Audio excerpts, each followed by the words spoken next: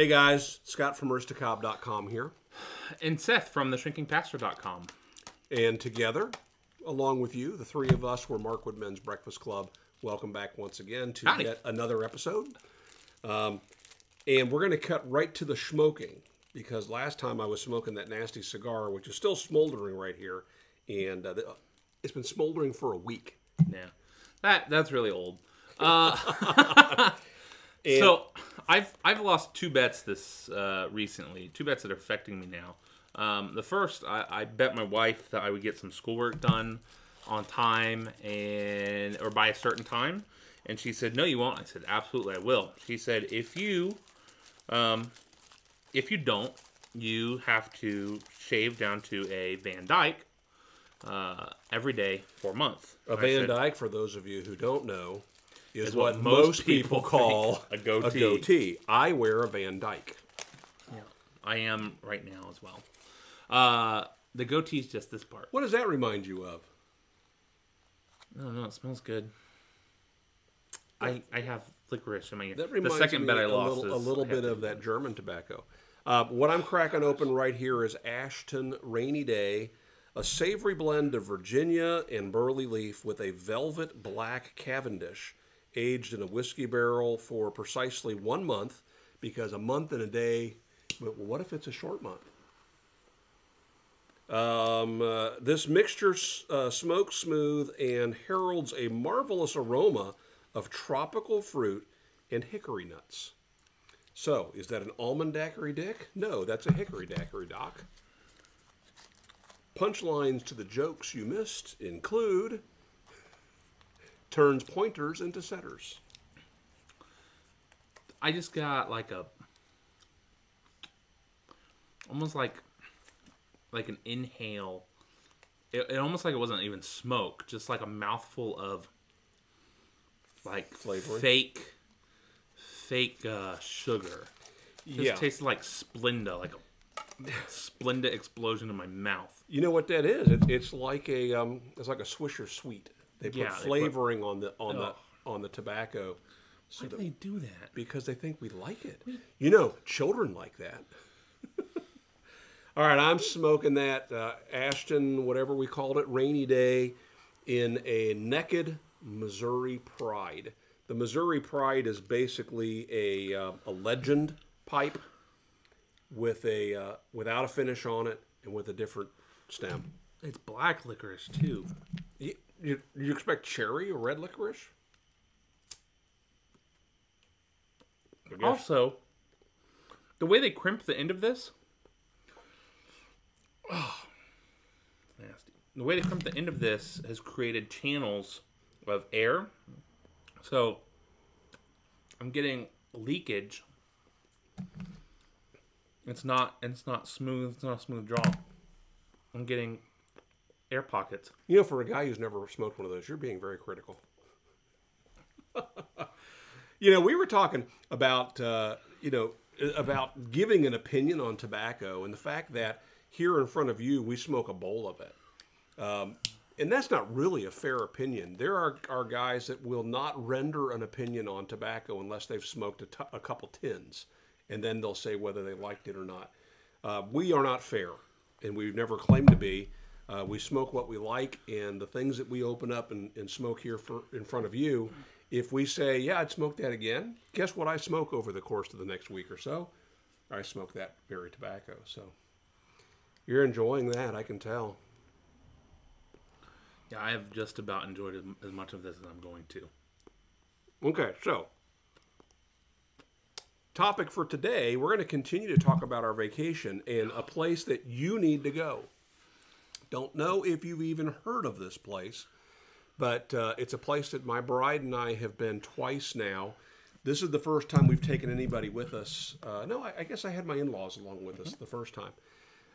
It's a place in Mendon, Nebraska. Or is it Minden?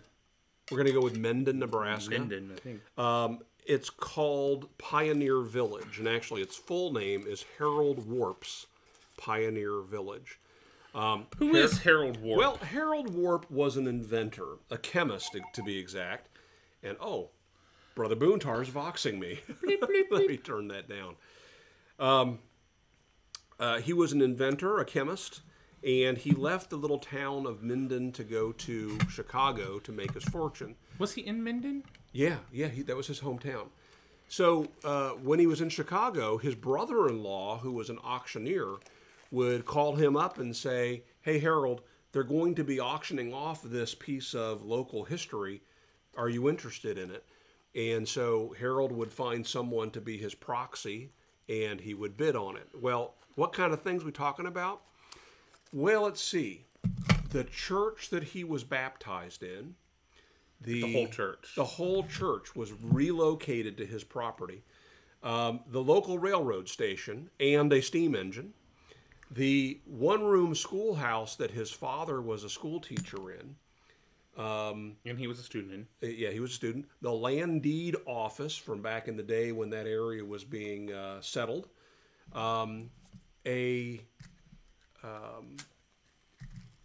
What'd they call that? A Pony Express station, an actual Pony Express station. 2 other churches that have basically just been repurposed as buildings. Now they have the steeples and the bell towers tucked in behind the other church. And one thing after another, as it came up for auction, he would buy this stuff. He bought cars, and one of the things that he did with these cars was they relocated them to the property, and he did nothing with them.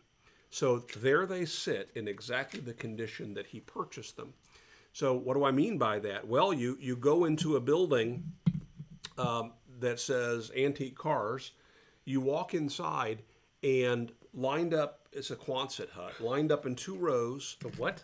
Quonset hut. It's a round metal building. It looks like half of an airplane hangar. It's just That's a Quonset hut. But you go inside, and lining both sides are all of these Ford cars, beginning with the Model T and running all the way back to the Ford Pinto was one of the last ones they had on display. If you went up to the second story of that building, it had trucks. Trucks. Going back to the very first, what was it? It was a International Harvester, I think, was the first truck they had up there. This thing is still smoldering. We're going to put that in the fire, which is not connected to anything yet.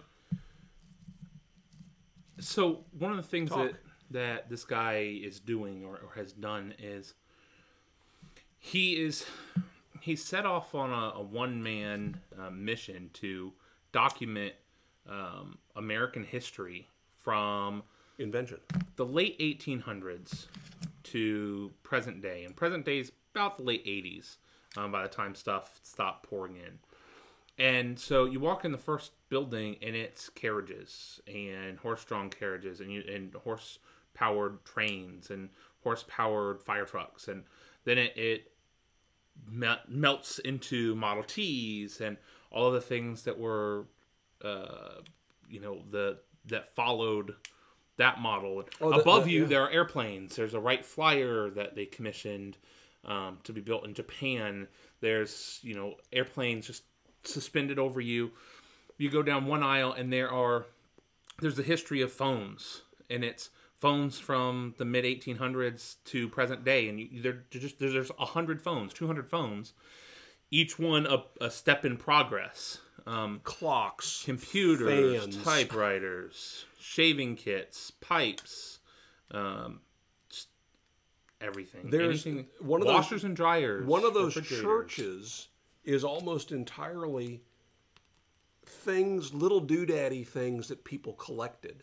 So it's buttons and thimbles and salt and pepper shakers. Pencils and pens. They have over 1,600 unique pens. It's got to be more than 1,600, probably 16,000. Yeah. That sounds like too many, too. Lots and lots of pens. Unique.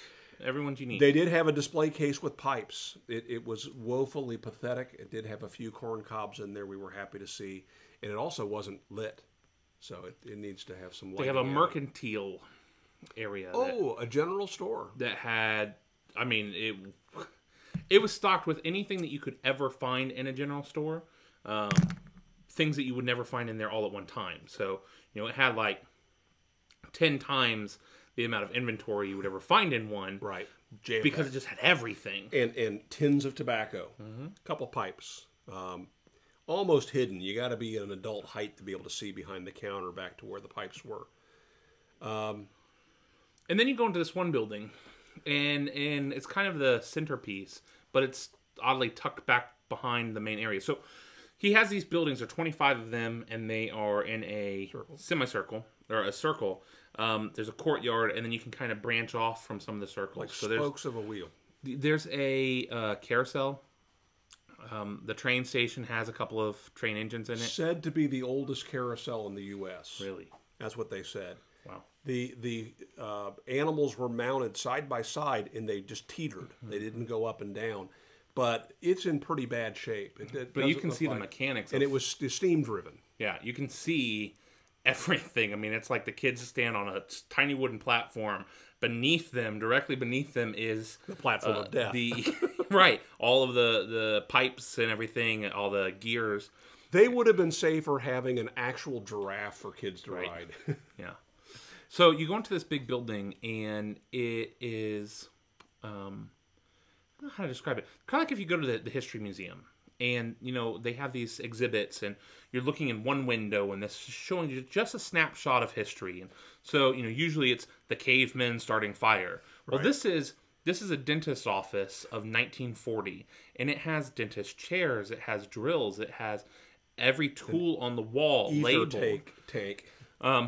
It goes through, this is what a household would look like, a kitchen would look like in 1880. And this is what a kitchen would look like in 1900, in 1920, 1940, So 1960. you're walking down this hall, you're looking into these single rooms, a kitchen, and it's behind plexiglass. It's not behind plexiglass. Well, we'll get there. It's behind an acrylic glass that's a little bit hazy because it's been cleaned for years. Right. A little bit foggy.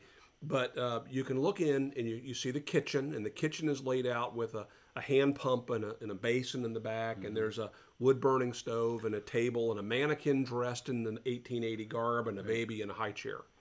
Well, then you go to the next room, and it's 1900. It's the same kitchen, only equipped with all 1900 things. That one has an ice box. Instead of a wooden geared clock, it has a brass mantle clock. The mannequin's clothes have changed. But you look down the hallway, and you're like, how far does this go? It goes to 1980. It goes to a kitchen with a dark oak finish with a Ronco. There was something Ronco in there, wasn't there? Probably. It was like a Ronco rotisserie, and it had a mixer. It had avocado appliances, I think. Right.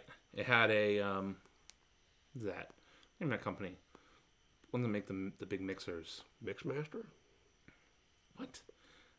Vanilla Ice? I don't know. KitchenAid. That's it. By the way, it's KitchenAid Mixmaster. Okay. Anyway, when you finally go around the corner, you then see a display that's dedicated to Harold Warp, the chemist, the inventor, who made his fortune in Chicago and was able to basically preserve his hometown on his little chunk of property. Yeah. I say little, it's like 20-some acres. Yeah, huge. Right? And what did he invent? Flexoglass. Flexoglass. So he, as a chemist, created the first acrylic sheets transparent plastic or acrylic, what we now know as plexiglass. He invented it because glass apparently is naturally polarized and doesn't let all of the UV rays in, and he needed something for his chicken coops and some of his animal shelters that would allow sunlight in, but would also allow the UV in to keep the animals healthy. Like, okay. And so he invented this plexiglass. And he just created a fortune and used that fortune to buy up his hometown. Which explained why there was so much of this plexiglass throughout the museum. Everything is covered with it. It's just all over the place. He also invented a number of products that were then later sold through companies like Glad, like the Glad bags, the Ziploc style of zipper top bag. Right. His company invented that. Bunch of things like that. And that's how he made all of his money. Well, anyway, there are several buildings that are nothing but cars. One building is all Chevys. One building is, I mentioned, Ford and Mercury. Ford, Lincoln, and Mercury. Just like in The Postman. There's a building, the second story of that building is all motorcycles, beginning with wooden bicycles that you kind of shuffle your feet on up through Indians and Harleys, snowmobiles up on that second floor. There's a building that's all farm implements. There's a wall that's nothing but artillery. So it starts with bows and arrows and leads up to modern rifles, pistols. There's a wall with thousands of samples of barbed wire. You know, the material that tamed the West. Collected that. It's a blacksmith shop. It was crazy. It's really, really cool, and it's tucked away in the middle of nowhere. They have almost no parking, and they need almost no parking. It's clear, it's clear that it is just one of those hidden gems that really needs someone to take the bull by the horns and do some PR. One of the very first things that the woman at the ticket counter said, my mom mentioned you guys were there 10 years ago. She said, "Oh, nothing's changed." You know, that's a shame. And it was really, really cool because it is a preservation of American history. Back when Americans manufactured stuff. And even the things like the schoolhouse. There's no history.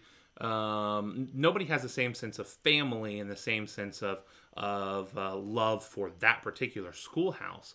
But those schoolhouses existed, and so there's history there. And what's really cool is it's preserved so well that the bookshelves, the books are there in the same place as they were when they discovered or when they bought the schoolhouse. They just put a piece of plexiglass over the bookcase. And same books that his dad taught from. Yeah.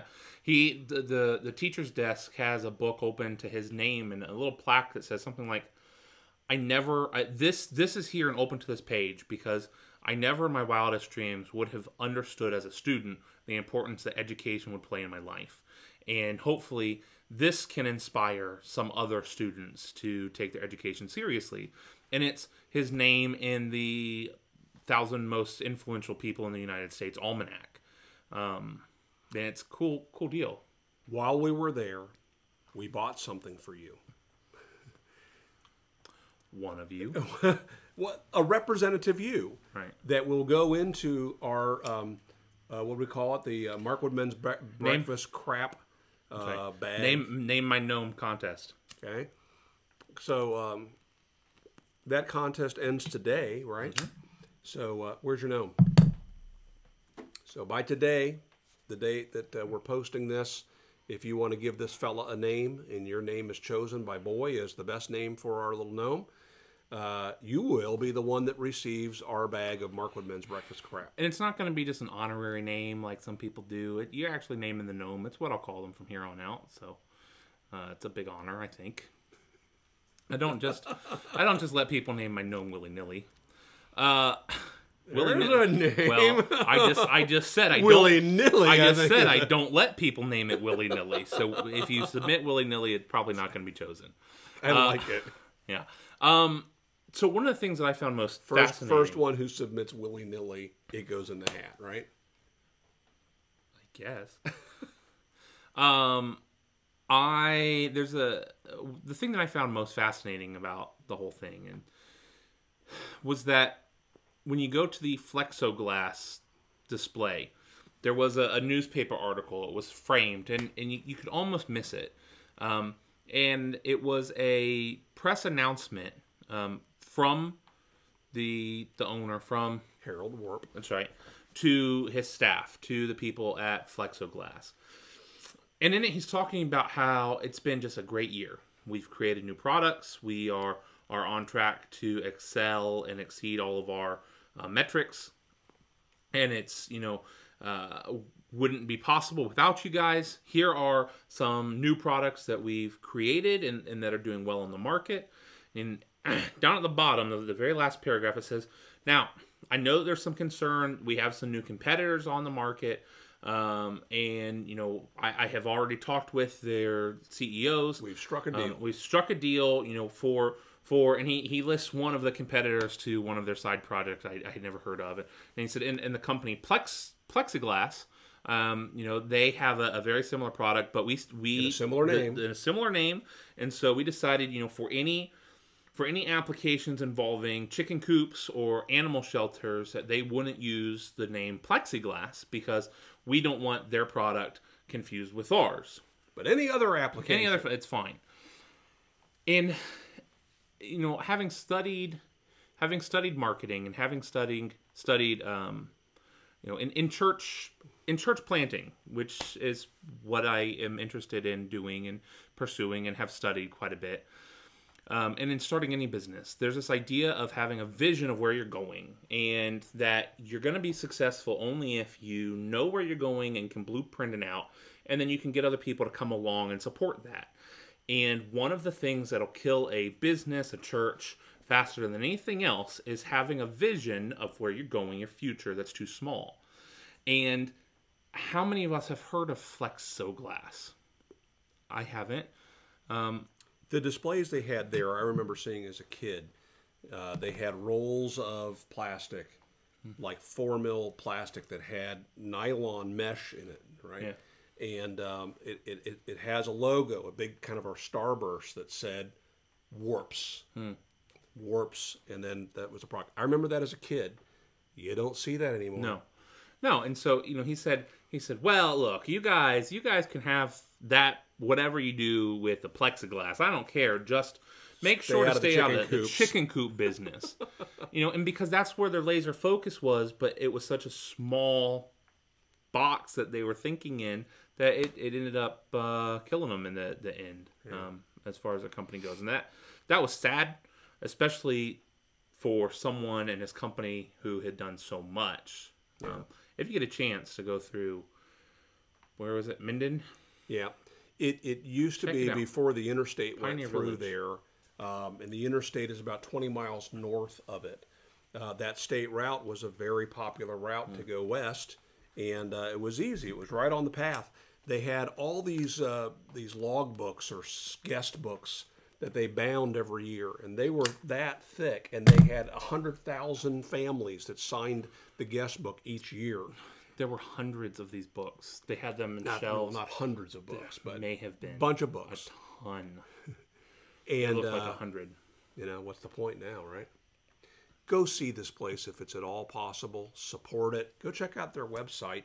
Show a little bit of stuff on the website. I'm sure they have a Facebook. Go check it out on Google Maps and just take a look at it from overhead to get a sense of how big this joint is. I would love to find a way, because they are now a nonprofit organization, which is a great way to ruin a business, and sort of a consortium, which God bless you. It looks to me like all they are planning on doing is riding the thing into the ground and letting it just all rot away. They've got to start spending money on maintenance, if nothing else. It looks worse now than it did when we were there last. And advertising. And advertising. Yeah. But, they charge you a ticket at the gate, and that can't possibly pay for much more than the people that take the ticket from you. So, anyway, it was a fun experience, and we thought we'd share that with you, and hope that you enjoyed this reminiscing of that part of our journey. I think we should wrap this up. This tobacco is all right. It's the kind of stuff that I smoke. Not nearly as colorful as the German Fruit Loopy tobacco. But yeah, that's good. That's the stuff that I would smoke. Heck of a lot better. It's fruity. Than that cigar. A heck of a lot. Not good. All right, we're going to wrap this up, guys. Thanks for watching. Thanks for your entry in our Name the Gnome contest. We'll see you again next week. In the meantime, make it a great week. And keep an eye out for the Name the Gnome reveal of who's going to be getting the Marco Men's Breakfast crap. All right. Get in on this, because some of this crap you're going to want. That's cool. Some cool crap. Cool crap. Hey, I think what we're going to do is we're going to film a supplemental video, and before we actually send the crap, we're going to run through what it is so that you guys see it, and so the person receiving it has some understanding of what it is. Yeah, why? Just a little more reminiscent of our trip. All right. All right. Thanks for watching. Bye, Talk guys. to you guys again.